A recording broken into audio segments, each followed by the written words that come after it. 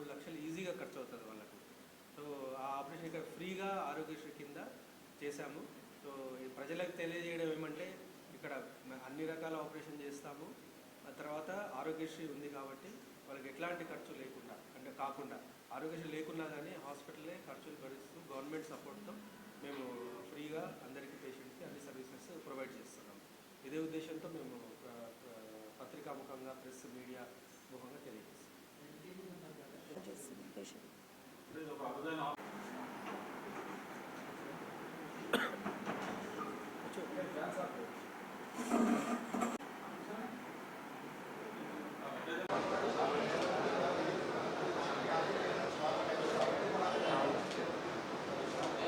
నగర్ మాట్లాడుతున్నాను.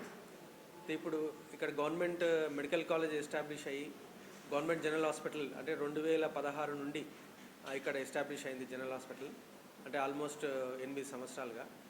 అయితే ఇనీషియల్గా ఉన్న స్టాఫ్ అవి తక్కువగా ఉండి ఓపీ అరౌండ్ 300 to 500 వచ్చేవాళ్ళు. ఇప్పుడు దినదినాది అభివృద్ధి చెంది ఇప్పుడు 1800 నుండి 2000 వరకు ఓపీ వస్తున్నారు. ఇన్పేషెంట్ కూడా 500 నుండి 600 మంది ఉంటారు. అదేవిధంగా అన్ని departments general surgery, general medicine, orthopaedics, తర్వాత ఆబ్స్టెటిక్ అంటే చిన్న తల్లి పిల్లలకు, పీడియాట్రిక్ డిపార్ట్మెంట్ అన్నీ కూడా, దాంతోపాటు lab departments pathology, biochemistry, microbiology, so అన్ని డిపార్ట్మెంట్స్గా ఫుల్ ఫ్లెడ్జ్గా పనిచేస్తున్నాయి. సో ఇక్కడికి అంటే డెలివరీలో కనీసం 700 నుండి 900 వరకు డెలివరీ అవుతాయి ఇక్కడ ఎవ్రీ మంత్. సర్జరీస్ కూడా orthopaedic around 100 cases, general surgery కూడా అరౌండ్ 100 కేసెస్, మేజర్ కేసెస్ అవుతాయి.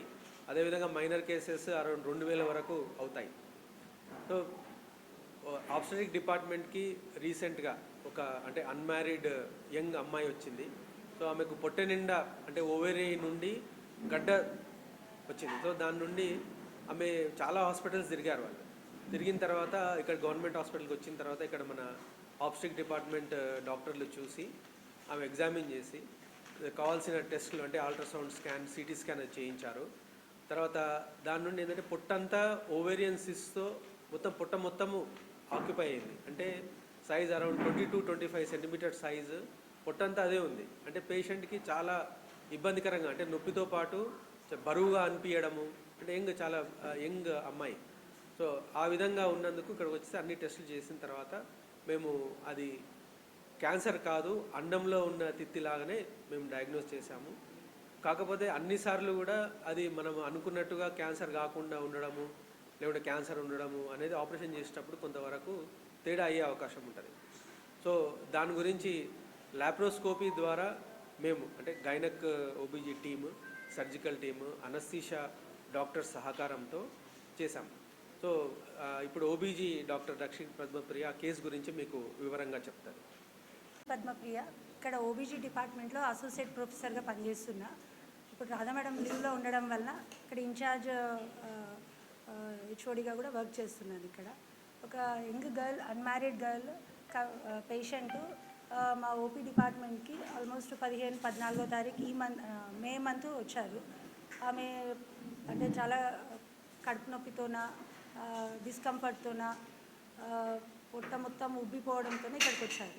ఇక్కడికి వచ్చినాక మా ఇక్కడ అల్ట్రాసోనోగ్రఫీ టీం వాళ్ళతో మాట్లాడి ఏదైతే గడ్డ అయితే ఉందో అది అక్కడ ఓవరీ నుంచి వస్తుందని తెలుసుకొని అది చూసి ఆమెకు చెప్పామమ్మా ఇక్కడ ఆపరేషన్ అవుతుంది, చాలా వరకు నీ అండంని అంటే నీకు పెళ్ళి కాలేదు కదా, చిన్న అమ్మాయి కదా, నీ అండం నుంచి నీకు ఫర్టిలిటీ అంటే ఫ్యూచర్ సంతానోత్పత్తికి ఏం ప్రాబ్లం కాకుండా చూస్తాము, మ్యాక్సిమం నీకు మంచి చేస్తాము, అడ్మిట్ కండి అంటే వాళ్ళు మా మీద నమ్మకం పెట్టుకొని అడ్మిట్ అయ్యి ఇక్కడ రేడియాలజీ డిపార్ట్మెంట్తో మళ్ళీ సిటీ స్కాన్ చేయించి 1-2 సార్లు డిస్కస్ చేసుకొని ఇది క్యాన్సర్ ఉండే అవకాశాలు తక్కువ, సో బినైనే ఉంటుంది కాబట్టి లాప్రోస్కోపిక్ ద్వారా చేయొచ్చు, ప్లస్ నీ అండాన్ని ఉంచవచ్చు అని చెప్పి తర్వాత అనస్థీషియా డిపార్ట్మెంట్ వాళ్ళతో మాట్లాడి ఆ పేషెంట్ని సర్జరీకి పోస్ట్ చేసినాం.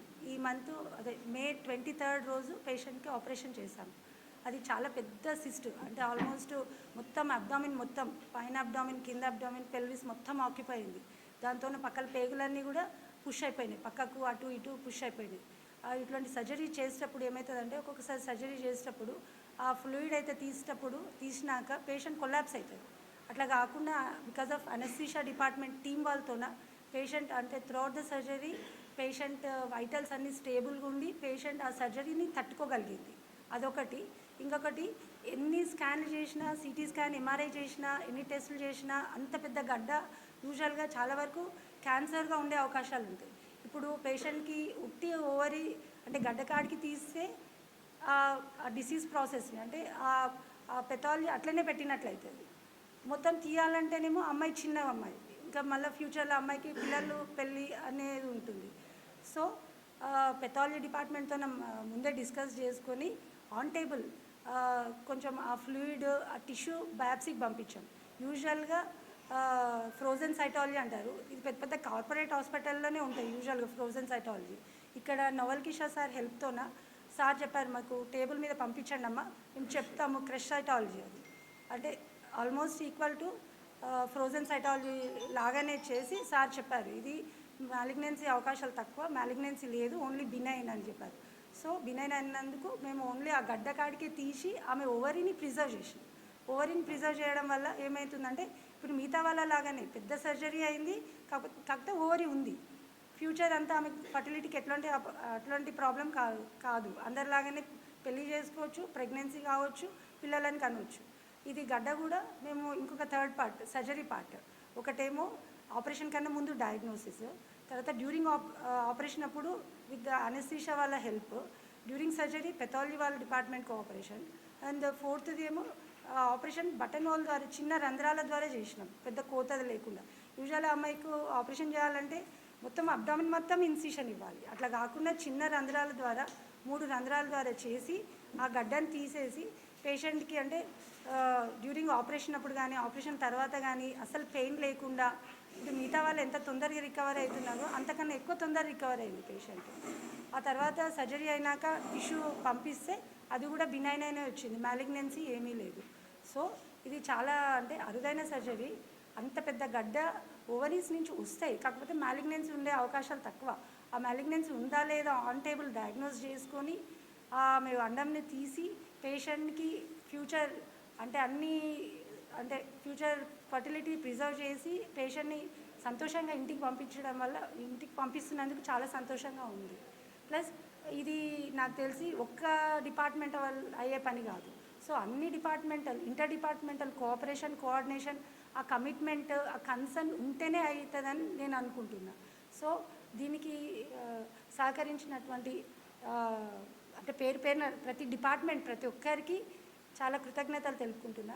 దానిలో ముఖ్యంగా radiology department Hanumanth Prasad sir, తర్వాత pathology department Naval Kishore sir, తర్వాత hospital superintendent Jeevan sir operation చేసేటప్పుడు కూడా పక్కనే ఉండి ఇంకా మాకేమైనా హెల్ప్ అయితే చేసి మమ్మల్ని ముందుకు నడిపించి పేషెంట్ రికవరీ కావడానికి సహకరించినందుకు చాలా సంతోషం.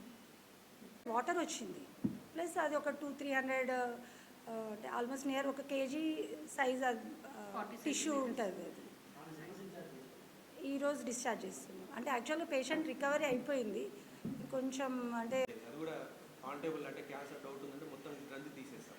సో ఆ ఫెసిలిటీ లేకుంటే మనకు గ్రంథి సగమే తీసి పంపించాలి, మళ్ళీ బయాప్సీ రిపోర్ట్ 1 week 10 days అయిన తర్వాత వచ్చిన రిపోర్ట్ ప్రకారం క్యాన్సర్ వస్తే మళ్ళీ సెకండ్ సర్జరీ అవసరం పడుతుంది. సో అట్లాంటివి లేకుండా ఒకే సిట్టింగ్లో మొత్తం సర్జరీ అయిపోయింది. వాళ్ళకు ఒకటి సర్జరీ ఒకటి